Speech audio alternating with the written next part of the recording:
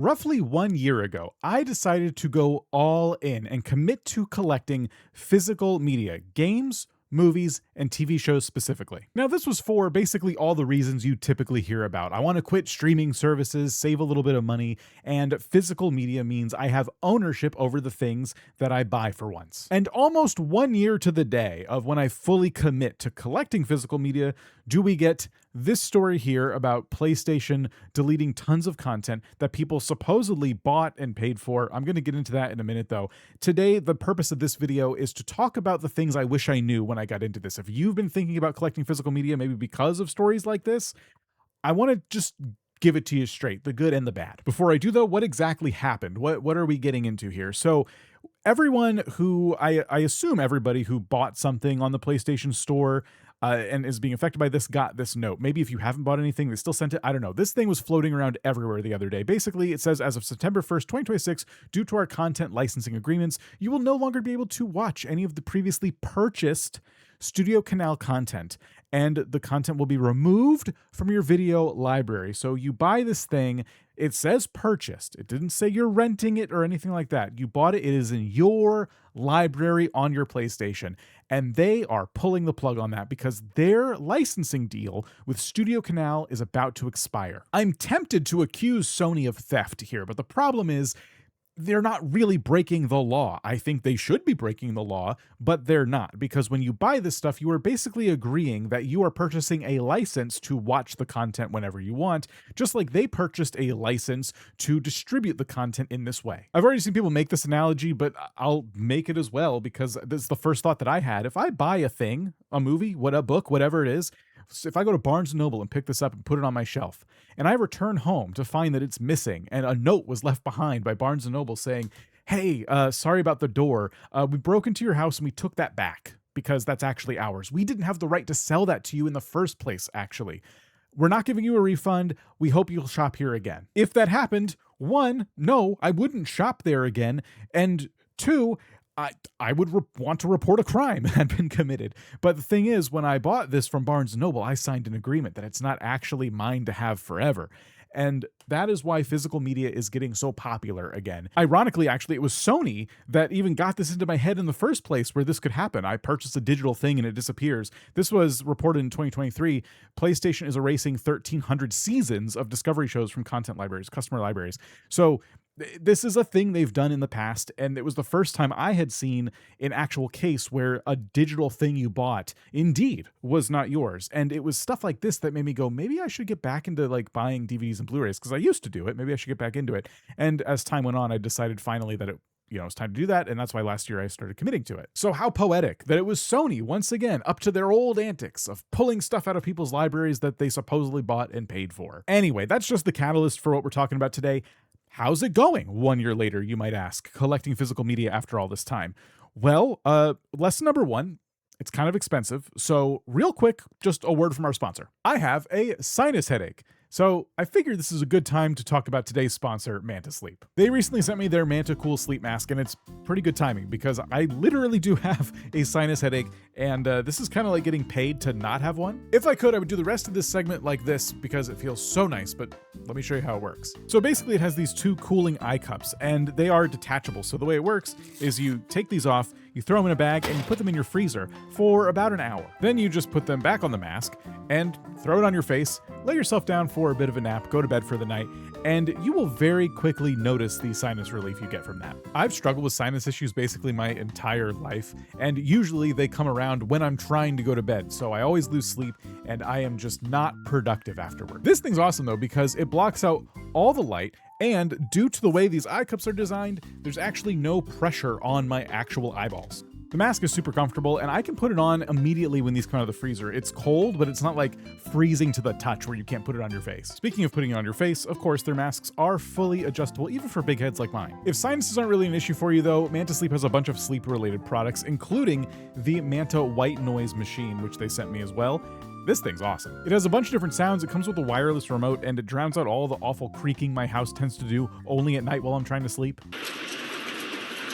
Thank you so much to Mantasleep for sponsoring today's video. You can go to mantasleep.com, link below, and use code CrossingMinute for 10% off your order. So right now, there are basically 4 or 5 different types of entertainment mediums that you could pay a subscription for. So for movies and TV shows, you got plenty of places like Netflix, you know all of these. For gaming, this is a more recent technology, but you can do something like Xbox Game Pass, where you can rent games, you can stream the games from their servers.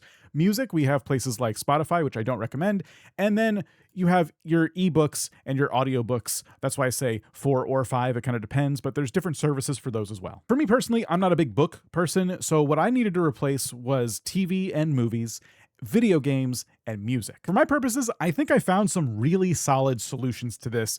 Again, all have pros and cons. I'm going to start with music because that was the one that was a bit more complicated, and we'll go from there. Now, there's a lot of ways to buy music, but to understand why I went the route I went with music, it's important to know something about me when it comes to collecting physical media. I say I support physical media. I like physical media. I prefer physical media. There's one catch with that. I don't actually prefer physical media, like the actual stuff that takes room up on my shelf. I don't prefer that. We live in a world where technology is capable of giving us the media we want over the air without any plastic waste attached to it, without any storage headaches, and that stuff that you buy has the ability to be supported long into the future, because if your computer blows up and your hard drive with all of your media on it gets incinerated, you have an account with all of the proof of purchase of the thing that you bought attached to it, and you're good. You can just re-download all of the things you bought as long as the company selling them to you, isn't full of a bunch of dirt bags. For the most part, we don't live in that world. We live in a world where when you buy something from a storefront, a digital storefront, you have to rely on that digital storefront staying online forever, because if they ever go out of business, all of your proof of purchase that was attached to the thing you bought goes out of business with them. Now, there's one solution to this that works very, very well, and it is the removal of DRM, digital rights management. In all its forms. If you can get rid of DRM and sell me a product that I can download onto whatever device I want and, back it up however I want, now you, the company, don't have to be worried about, your servers blowing up or going out of business and all of your customers getting hosed. You can just sell people a thing and they can buy it from you and they can use it how they want. And then you're free to go out of business or pivot to a completely different business model or do whatever you want. With games and movies, that's not really a thing. Not really. But with music, that actually is a thing, surprisingly. Now, when it came to collecting physical media and music, I was thinking, all right, time to go back to a store where they sell CDs, I guess, as long as they're still making those. But I learned that actually iTunes is still a perfectly viable option for this. There's also websites like Bandcamp, which are even better because I think they do like a better job of like giving artists their fair share of the money. But overall, between iTunes and Bandcamp, you can buy songs, and the best part is those songs can be downloaded onto whatever device you want, even iTunes ones, which I was very surprised to learn about. So for music, what I did is I logged back into my old iTunes account, and sure enough, all my purchases were still there. I was able to download them like from ages ago. I was able to download them, and I've now put them on my own media server. So I have backups of my own songs on my own hardware, and the relative confidence that Apple probably isn't going anywhere, and if something were to happen to that server, I could probably get that stuff back. But at the end of the day, I can choose to back it up as many times as I want, and I don't have to worry about that headache. So my journey for physical media, boom, music solved. I don't have to worry about that anymore. Let's move on to the fun stuff, games and movies. Now, as you can probably imagine, with games and movies, the best option is physical. I would love a digital solution just like music that's DRM free. That doesn't exist. So I have resorted to purchasing a lot of these. As my shelves have been filling up with the various games and TV shows and movies I've been buying, I thought I would, share what I've learned and, some lessons in 1, saving money, and 2, not pulling all of your hair out. Because I think if you're really going to start this journey, it's important that somebody is honest with you about what it entails. The number one issue with physical media in general has to be storage. This stuff, like one Switch 2 game, is this big. It's not very big. It's not a big deal, right? And it slots in on a shelf real nice. It's real thin. But, I mean, the insert is even smaller. I mean, this came with a little pamphlet, but most games don't. We could find a smaller packaging for this, but they chose to go this route. Fine. Okay, cool. Once you start to accumulate these, though, they start to take up more and more space, and your hand can't fit around them anymore. And doing this for all games going forward does have that downside. How do you mitigate this problem? You don't. You just get creative with storage. You go to IKEA, you buy shelves you like. I bought some pull-out shelves that I really like. They're really cool. They kind of hide everything, so your labels, if you find that to be kind of visually cluttering, which I do, it's kind of nice to have these things that just kind of pull out and hide the media. However, they're small, so they filled up kind of fast. I'm already almost full on the movies. I'm almost full on the games, so that's out. In fact, right down there are all the TV shows I have because they no longer fit in the pullout thing. I just made that all movies, and now temporarily TV shows are here. They're starting to encroach into rooms that they're not supposed to be in. My best tip for you is to take your favorite things, your favorite TV shows, movies, games, things you're going to reach for constantly, put those on the very valuable real estate that is your limited shelf space. Take the stuff that is more just for you to hold on to, and I would say try to find some bins or something that can hold a lot, and you can kind of fill up and store in a closet somewhere or something like that. Of course, a lot of people, what they do, the more rational people anyway, if they're not hoarding like I am, is they buy a DVD and stuff and they watch it and eventually they sell it. Or another tip for you is you could just go to the library. A lot of libraries actually have rent DVDs. Some of them rent games, and you can just borrow that thing if you don't feel like you're going to watch it more than once, and you can return it. But yeah, a lot of people did warn me about storage. That's not like, something that I just stumbled upon and go, oh gosh, I'm so surprised about this. I knew storage was going to become an issue. I just didn't realize how fast it was going to become an issue because I really don't feel like I'm anywhere close to being done collecting movies. There's so many old movies that I have yet to even consider because stuff will pop up on sale and you're like, oh yeah, I did want that movie. It happens constantly, all the time. Not to mention there's new stuff being released all the time. So storage is a thing, but that was the next thing I wanted to talk about. The fact that new stuff is coming out all the time. I was told that collecting physical media meant it would be really easy to quit streaming services. And yeah, if you watch a lot of old stuff, it kind of makes sense to buy it because when you go to places like Netflix, you learn very quickly that that show you want to watch, like in the background here is Young Sheldon. This is a CBS show. CBS is licensing it to Netflix, but that license most likely has an expiration date. And if Netflix decides not to renew it, it's going to be a very similar situation to the PlayStation debacle, where they're going to eventually remove access to the show. So if this is one of your comfort shows that you like to put on, I sorry if that's Young Sheldon, but if that's one of your shows, just know you're probably better off finding the DVD set of it and buying it because this could go away and you're paying a monthly fee to have access to comfort shows like this. Now, if that's all you use streaming for, great. You can cancel a lot of streaming services, but guess what? That is not why people use streaming. People use streaming because streaming is where all of the new stuff also is. Services like Apple TV, for example, have so many original shows, and some of them are released on DVD, Blu-ray, and I even have some of them. But for the most part, you're not going to get to enjoy the thing that the culture is rallying around at that time unless you subscribe to these services. Now, that shouldn't come as a surprise to you, but I'm just pointing it out as a way to, set expectations. If you think physical media is going to save you a ton of money, it just depends on how you watch TV. If you like to watch new shows as they come out, as they're in the conversation, as they're in the zeitgeist, then you're still going to be subscribed to something. But what it does offer is choice. For example, when Severance Season 3 comes out on Apple TV, if you can wait for the whole season to be ready for you, and maybe a few other shows as well, you can subscribe to Apple TV for maybe 2 months instead of indefinitely and catch up on all your shows in short bursts. So that way you're not maintaining an HBO subscription, a Netflix subscription, an Apple subscription, Paramount, all of those things at the same time, which becomes very expensive very quickly. I'd say for me, that is where the majority of the savings has come from. If I buy a bunch of DVDs and I do continue to watch them on my media server,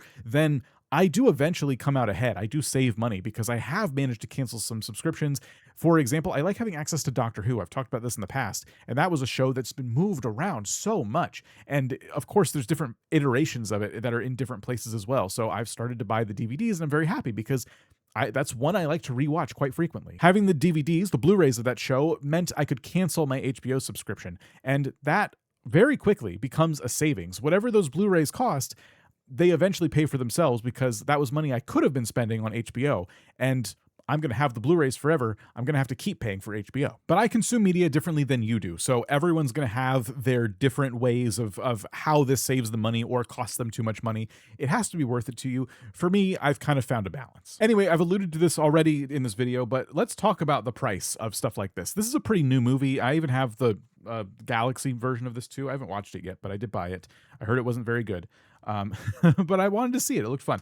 And it gets expensive. Buying the brand new movies the second they come out, it is a cost. And you could just rent it. A lot of places allow you to rent it, and you can watch it for, I think, 48 hours before they take it away from you. And that rental obviously is cheaper than having the physical version of it for $20 or $30, whatever it costs when it comes out. This is where the advice comes in of just kind of being selective. You don't have to buy every single thing. I would say the biggest tip is that if you're going to get into this, you should purchase the things that you feel like you have a really good chance to either watch again, at least one more time, or if you have family or friends who you think would also enjoy that thing. And you could create a system whereby these movies get traded between you and your family or friends because, you know, hey, everyone wants to see them and you just kind of like rotate. So you're kind of spreading the cost out amongst all of the peers in your friend group or your family. And that's the thing about physical media. Shareability is a big deal. You can't share, you used to be able to, but you can't share your Netflix subscription anymore. So it's kind of nice to be able to have this stuff physically and be able to share it if you want. The biggest savings tip, though, is really like where you buy this stuff. Buying it on sale is the best time to get new things. And then, of course, buying it used is perfectly viable. At the time of recording this video, Amazon just had a huge Prime Day sale, so I stocked up on a whole bunch of new shows and Blu-rays. A bunch of them I haven't even seen before, but I've heard really good things. Another site I love that has a lot of sales and different promotions running a lot is called Groove. I think that's how you pronounce it. And this is a fantastic place to buy Blu-rays, 4K, DVDs, whatever, you name it. They have so much here. I would always check with Groove, depending on what you're buying, when you're buying it, just to see, because stuff on here fluctuates a lot. And like I said, they have a lot of promotions they run. It's kind of hard to see, but right here, for example, they have a weekend 4K deal in comedy movies. We got 40-Year-Old Virgin, The Sting, that's Monty Python, I think Life of Brian, or it might be the other one with Life in the title. I can't remember all of them. Kick-Ass 2. There's a lot of really cool stuff in here. And again, like these are just promotions they're running all the time. So yeah, big shout out to Groove. There's also another site called Thrift Books. This is really good. They have used stuff as well, so you can definitely save some money on movies and books. So this is another one I recommend a lot. I already mentioned eBay. I think the other one, this is the usual suspects. Go to thrift stores in your local community. Go to garage sales. People usually have, like at any given garage sale, a box of movies they are just completely done with. So that's always a great time to get some deals. And then I think what I would tell you is that if I really wanted to save money but also collect physical media, how much of a snob are you? Because I'm a snob. I like having things in high definition. TVs, it's impossible to find one that isn't at least a 1080p HD TV anymore. So when I see a DVD, I'm a little bit frustrated because I'm like, but is there a Blu-ray of it? And some shows there's not, which is very annoying because they were filmed in HD. But also, like, if you can get over the quality hurdle, like if you don't have the same issue that I have, DVDs are so cheap by comparison. As soon as you get into Blu-ray and 4K, the price just skyrockets. But DVDs have been around forever, so you can always find a used version of something that you want as long as it's a little bit older. And they still manufacture new DVDs, and they are always like that entry level. So if you just like the stories and you don't care about like how sharp the media looks on your screen, DVDs are a really good way to get into physical media. I do have a bit of a warning though with any used products. Of course, check the reviews if you're buying online, but I would say that there's a skill you need to learn. It's a pretty easy skill, but you need to learn how to properly clean a disc. I didn't know how to do this. Some of the discs I was playing didn't work. I was trying to rip them onto my media server and I was having trouble. And it was because there's just goo on the back of them sometimes, especially the brand new stuff can have this problem. There's like this manufacturing dust that gets on them that's really almost invisible to the eye, but you kind of need to like figure out how to get rid of it. And then of course, used stuff, there's always the possibility of scratches, but even a slightly scratched disc can still work. If you ever have a problem, I learned how to do this from some other video. If your disc doesn't work anymore, blame them, not me. I use a little bit of dish soap, which just kind of put it on the disc, you know, make sure your hands are clean. And what you do is you kind of run it under some cold water and just take your thumb and just do this. You want to pull your thumb away from the center of the disc. This is the sweet spot where all the real data is stored, right? So you want to just get your thumb away from that. And you can run this underwater for a little bit, and then you want to put it face up like this on like a paper towel or something. Do not use a paper towel to dry this part, but if the disc isn't two-sided, you absolutely have this on a paper towel. And I take a microfiber cloth, and again, using that same motion with a microfiber cloth, I dry the disc with a microfiber cloth just out from the middle, that center ring. And there have been so many discs that I've gotten that work after that. They'll either play in the player better or they'll rip on the server better. And it's just great, because there's been a lot of times where I've thought, oh, maybe I need to buy another version of this. But no, it just needed to be cleaned a little bit. So you will need to clean discs. If you're buying stuff used or even new in some cases, that's something to learn how to do. And some people just wipe it on their shirt or whatever, but it's so easy to scratch these in ways. Like, I've had discs not work that look to the eye like totally fine. It can happen. But ever since I learned how to properly clean them, it's been a lot easier to get them working. A lot of people think physical media is going away, like it's just going to disappear. We're going to get to a point where everything's all digital, and I can't speak to that. I think because we're still seeing movies come out on Blu-ray all the time, I think there's a big market for it, and I've been seeing that market is getting more healthy. From what I've seen overall, there has been obviously a decline. It's just getting really easy to stream stuff, so the average person is just going to stream stuff. But then you also see stories like this, Gen Z's bringing back physical media, and they're talking about all the things that you probably experienced if you're watching a video like this. The resurgence of physical media coincides with growing demand for more editorial and curated content. In the age of AI slop, young people are seeking tastemakers to help them discover their own interests and persona.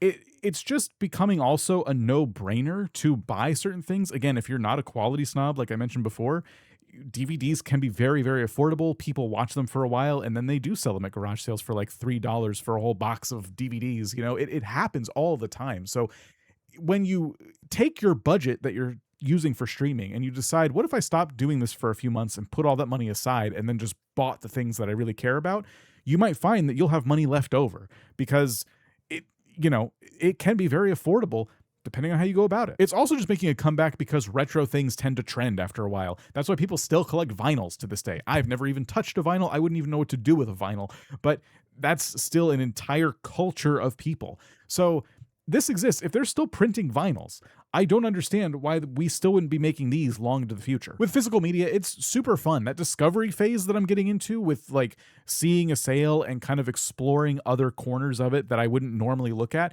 has been pretty cool. I've managed to pick up some things that I wouldn't normally pick up, and I've rather enjoyed them. With streaming services, it's kind of different because, yeah, you can get into a lot of stuff you've never seen before if you just open Netflix and go to a random page of movies in a category you wouldn't normally go to, but it's overwhelming when you just have no context for what you're seeing. But when you go and like pick something up physically and you read about it and maybe you look up the trailer for it, it just hits different. Like, you curated that for yourself. Even if it's a brand new experience, you thought, I'm going to give this a chance, and you bought it and you put it on your shelf, and then eventually you'll decide one day, I'm going to watch this because I have nothing else to watch. And your shelf of curated content, even if you have a lot of curated content, I guarantee is far less intimidating than the random stuff that any one streaming service will just try and randomly show you to your face to see if maybe you click on it so they can show you more of that thing. Those have been my lessons. I know this wasn't super organized, but I wanted to share because it's been a year. It's been a really awesome year. And I think going into the next year of collecting physical media, I know how to be a little more frugal. And I have, at least seen some pretty interesting storage solutions, which I'm going to need to get into because this is becoming a problem. But I'm excited to kind of like build out the collection a little bit more and be intentional about it. So let me know what kinds of physical media you collect. If you have other tips you want to share, I would love for the comments of this to become at least a bit of a resource for people looking for more tips for where to buy things and stuff like that, especially book people. I'm sorry, I let you down in this one. I apologize. And subscribe. Experimenting a lot with the channel right now, and this is one of the formats or one of the topics that I'm very, very interested in exploring more. So if that's something you're interested in, subscribe. I'll see you around.